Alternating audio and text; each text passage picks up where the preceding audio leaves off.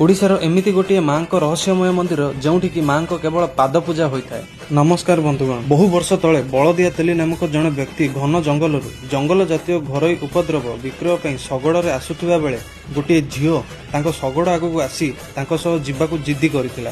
बलदिया तेली से झील को घर को नहीं आश्रय देते।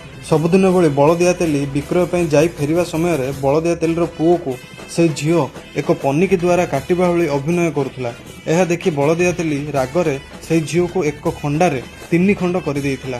परे माँ स्वप्न आसी कहिथिले, मु 3 जगार पूजा पाइबा पई चाहूथली, तेणु तो पुओ को पनिकी रे काटिबा भली अभिनय करुथि। सेही दिन माँ को मुंड ब्रह्मपुर रे माँ बुढ़ी ठाकुराणी, धड़ बा गंडी पितल रे माँ कुरेई शुणी आउ पाद एही मंदिर माँ महामाई नाम रे पूजा पाउछंती। गंजाम जिलार कविसूर्य नगर रे थिबा एही महामाई मंदिर को बहुत भक्त आसी निजर समस्या को नहीं मानसिक करिथांती आउ सेही मानसिक निश्चय पूर्ण होइथाय। एही वीडियोटी केमिति लागिला मते कमेंट रे जणाई लाइक आउ शेयर निश्चय करिवे। रहिली जय माँ महामाई।